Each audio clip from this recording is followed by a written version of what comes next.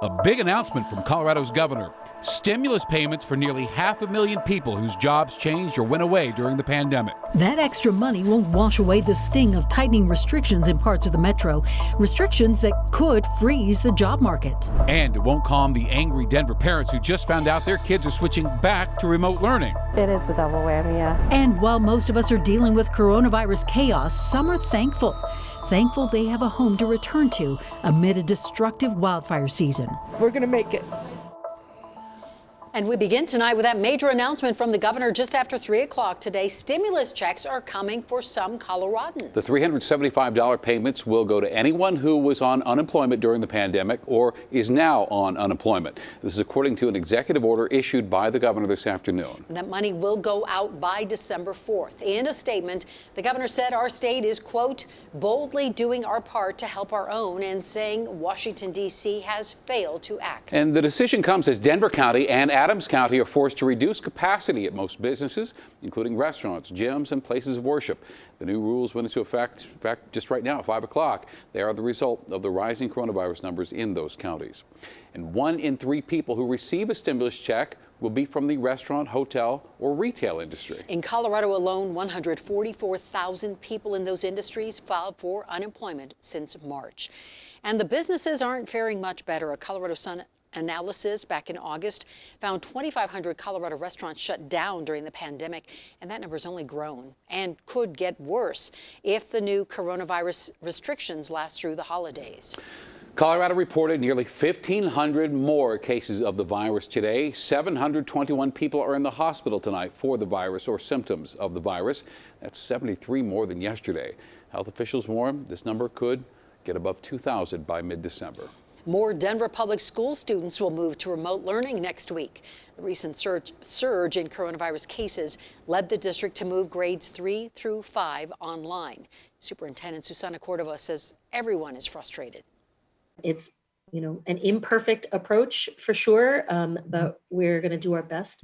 We know it's really challenging, and we're going to try to make as much space available for remote learning support centers for students who will need extra support, or for families who need more help.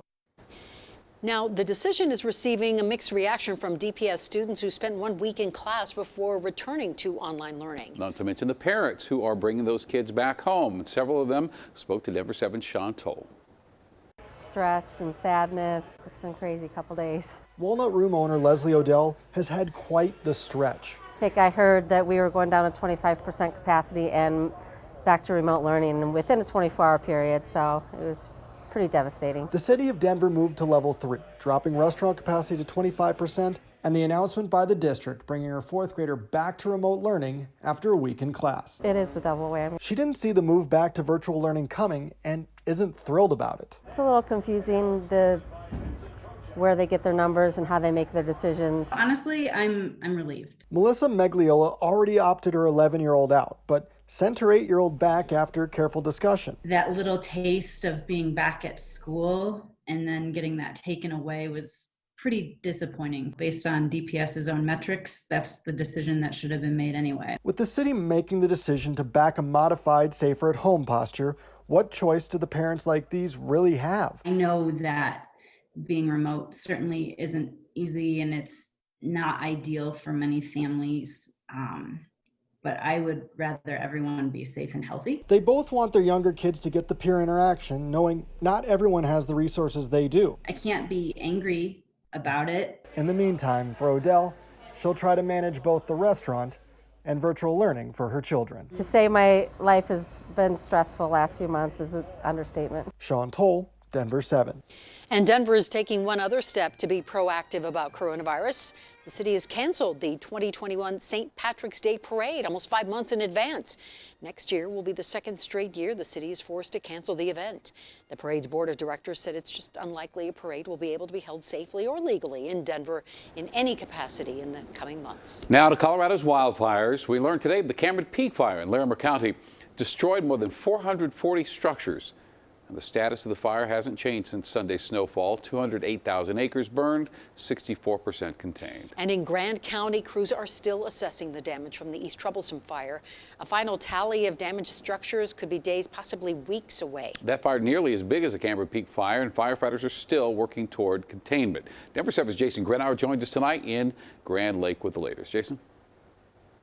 Yes, and greetings to you from one of the roadblocks here that is still in place from the East Troublesome fire, which just off in the distance, you can see a burn scar in the middle of the snow. It's actually still either steaming or smoking at this time. But the best piece of news, as you mentioned, no growth here at the East Troublesome fire either. And while we have and we will continue to hear stories of people who lost homes and who lost property, we are also now hearing some stories of people whose property was saved thanks to the hard work of firefighters here in Grand Lake, in Grand County, and so many of the surrounding areas that came in to help. We ran into Diane Temple as she was stocking the shelves at the local Grocery Mart grocery store here in town. That was just days after she was rushed out of her home here in Grand Lake as the flames of the East Troublesome fire moved in. Now, she heard reports of fire all around her home, yet crews were able to make it there just in time and save her house. Now, with just the clothes she's wearing, she considers herself lucky and is still going into work in order to help evacuees returning to town get the goods that they need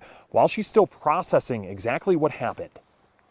In our neighborhood, there's 5 houses gone, so good friends and neighbors have lost everything. So we are so grateful that we haven't lost it all, but it's just so devastating. Now, Diane says despite the fact that her home was saved, she was told today it may be up to 2 weeks before she can actually get back to her house as fire crews continue to work here. So even if a lot of these residents did get some good news, they are still not out of the woods yet. Now, we have started the wheels turning to try to help Diane specifically, but now we'll toss it back to you guys in the studio for how everyone at home can help all of the people affected by so many of these wildfires, all during this wildfire season. All right, Jason, thanks for that. So our Denver7 Gives Fund is what he's talking about. It's specifically for the wildfire victims, and it's almost to $200,000, and we believe we can get there by the end of the night, and this is where we need your help. Just head to thedenverchannel.com, click Denver7 Gives, and under the drop-down menu, select Help Wildfire Victims. So thank you all so much. All donations are tax deductible, and for the people impacted by the fires, no donation is too small.